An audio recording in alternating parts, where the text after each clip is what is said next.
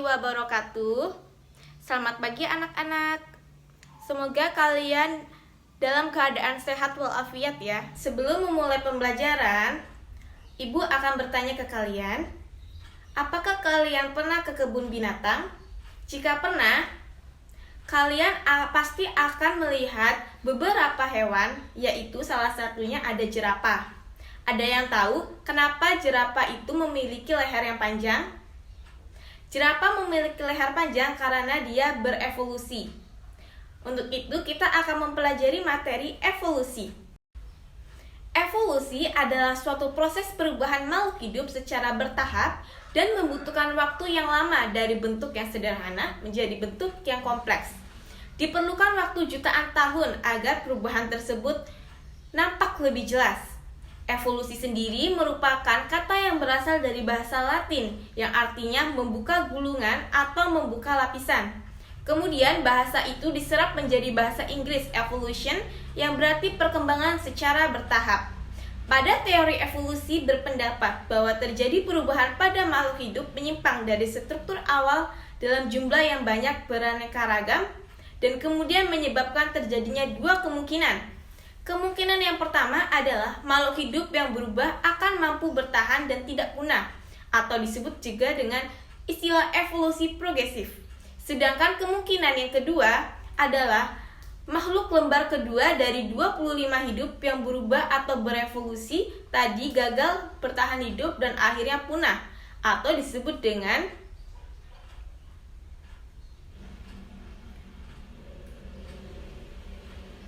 evolusi regresif. Evolusi regresif. Kita akan membahas mengenai teori evolusi menurut Lamarck dan Darwin. J.B. de Lamarck menyatakan bahwa makhluk hidup telah berevolusi dalam rangka menanggapi lingkungannya. Mekanisme evolusi terjadi melalui teori use and issue, menggunakan dan tidak menggunakan. Menurut Lamarck, organ yang biasa digunakan akan berkembang, sedangkan organ yang tidak atau jarang digunakan akan menyusul atau tidak berfungsi lagi. Dalam hal ini, Lamarck mengilustrasikan bahwa leher jerapah menjadi panjang karena kebiasaan hewan tersebut untuk menjangkau pucuk pohon yang tinggi sebagai makanannya. Menurut Lamarck, sifat leher jerapah demikian akan diwariskan kepada keturunannya. Lamarck bersama Darwin dan Wallace dianggap sebagai tokoh pelopor teori evolusi. Kemudian ada teori Darwin. Darwin berpendapat bahwa seluruh makhluk hidup yang ada di bumi merupakan hasil keturunan dari moyang yang sama dan telah mengalami evolusi. Kejadian evolusi disebabkan oleh proses seleksi alam. Dalam hal ini, spesies yang bertahan hidup merupakan spesies hasil beradaptasi dengan lingkungan yang kemudian diwariskan sifat-sifatnya ke keturunannya. Spesies yang tidak dapat beradaptasi dengan lingkungannya akan tersisihkan atau musnah. Darwin mengilustrasikan bahwa jerapah pada awalnya memiliki ukuran leher yang bervariasi, tetapi kemudian hanya jerapah berleher panjang saja yang mampu bertahan hidup. Kemudian kita akan membahas mengenai mekanisme evolusi. Faktor-faktor yang berpengaruh di dalam mekanisme evolusi antara lain, yang pertama ada mutasi. Peristiwa mutasi akan mengakibatkan terjadinya perubahan frekuensi gen sehingga akan mempengaruhi fenotip dan genotip. Mutasi dapat bersifat menguntungkan dan merugikan. Sifat menguntungkan maupun merugikan tersebut terjadi jika yang pertama dapat menghasilkan sifat baru yang lebih menguntungkan, dan yang kedua dapat menghasilkan spesies yang adaptif, dan yang ketiga memiliki peningkatan daya fertilisasi dan viabilitasi. Selain menguntungkan, ada kemungkinan mutasi yang bersifat merugikan, yaitu menghasilkan sifat-sifat yang berkebalikan dengan sifat-sifat di atas. Dan yang kedua yaitu ada faktor seleksi alam dan adaptif. Proses adaptif akan diikuti dengan proses seleksi. Individu yang memiliki adaptasi yang baik akan dapat mempertahankan hidupnya, memiliki resistensi yang tinggi dan dapat melanjutkan keturunannya. Sedangkan individu yang tidak dapat beradaptasi akan mati, selanjutnya akan punah. Kemudian, Faktor yang ketiga yaitu ada aliran gen. Dengan adanya aliran gen, maka akan terjadi perpindahan alel di antara populasi melalui migrasi dan individu yang kawin. Dan yang keempat yaitu ada perkawinan yang tidak acak. Perkawinan tak acak dapat mengakibatkan alel yang membawa sifat lebih disukai akan menjadi lebih sering dijumpai dalam populasi. Sedangkan alel dengan sifat yang tidak disukai akan berkurang dan mungkin akan hilang dari populasi. Lembar ke-9 dari 25 perkawinan yang terjadi antar keluarga dekat dapat mengakibatkan frekuensi gen abnormal atau gen resesif. Yang kelima, ada faktor hanyutan gen. Hanyutan gen merupakan perubahan secara acak pada frekuensi gen dan populasi kecil yang terisolasi. Keadaan ini dapat Anda jumpai pada populasi terisolir kaum Amish di Amerika. Ternyata ada yang membawa alel yang menyebabkan sifat cebol 1 dari setiap 1000 kelahiran. Kemudian kita akan membahas mengenai jenis-jenis evolusi. Yang pertama, berdasarkan arahnya, ada progresif dan regresif.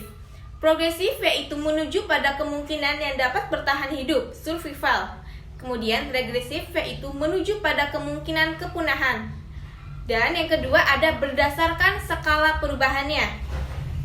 Berdasarkan skala perubahannya terdapat makroevolusi, mikroevolusi.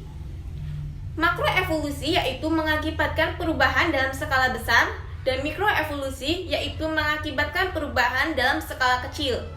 Kemudian jenis-jenis evolusi berdasarkan pada hasilnya.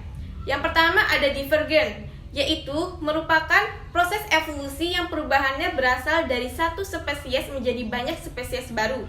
Dan yang kedua ada konvergen, yaitu proses evolusi yang perubahannya didasarkan pada adanya kesamaan struktur antara dua organ atau organisme pada garis sama dari nenek moyang yang sama. Selanjutnya kita akan membahas bukti evolusi. Ada beragam bukti tentang evolusi. Sebagian bukti dikemukakan oleh Darwin, sedangkan sebagian lagi ditemukan oleh para ahli selain Darwin. Yang pertama ada bukti fosil. Ditemukannya sisa makhluk yang pernah hidup di zaman dahulu. Dan yang kedua ada bukti perbandingan anatomi. Ditemukannya kesamaan struktur asal organ tubuh dari berbagai makhluk hidup, tetapi struktur dan fungsinya menjadi berbeda. Artinya, semua makhluk hidup tersebut berasal dari moyang yang sama pada masa silam. Ibu tampilkan gambar struktur homologi. Yang ketiga, ada bukti perbandingan. Ditemukannya kesamaan embriologi dari makhluk hidup yang berbeda. Hal demikian menunjukkan bahwa semua makhluk hidup tersebut memiliki asal-usul ontogeni yang sama. Berikut ibu tampilkan homologi embrio. Dan yang keempat ada bukti perbandingan biokimia. Ditemukannya kesamaan jumlah asam amini dari beberapa jenis makhluk hidup. Artinya makhluk hidup tersebut memiliki hubungan kekerabatan. Dan yang kelima ada bukti biogeografi. Ditemukannya hewan khas yang hidup di daerah tertentu atau bersifat endemik. Dan yang keenam ada bukti domestikasi, yaitu ditemukannya beberapa jenis hewan atau tumbuhan liar yang menjadi jinak sehingga terbentuk individu yang berbeda dengan moyangnya. Dan yang ketujuh ada bukti kesurupan pelindung. Ditemukannya perubahan warna ngengat di stone betularia di daerah industri. Baik anak-anak, selanjutnya kita lanjutkan pembelajaran pada Google Classroom. Sekian penjelasan dari Ibu. Kurang lebihnya mohon maaf. Wassalamualaikum warahmatullahi wabarakatuh.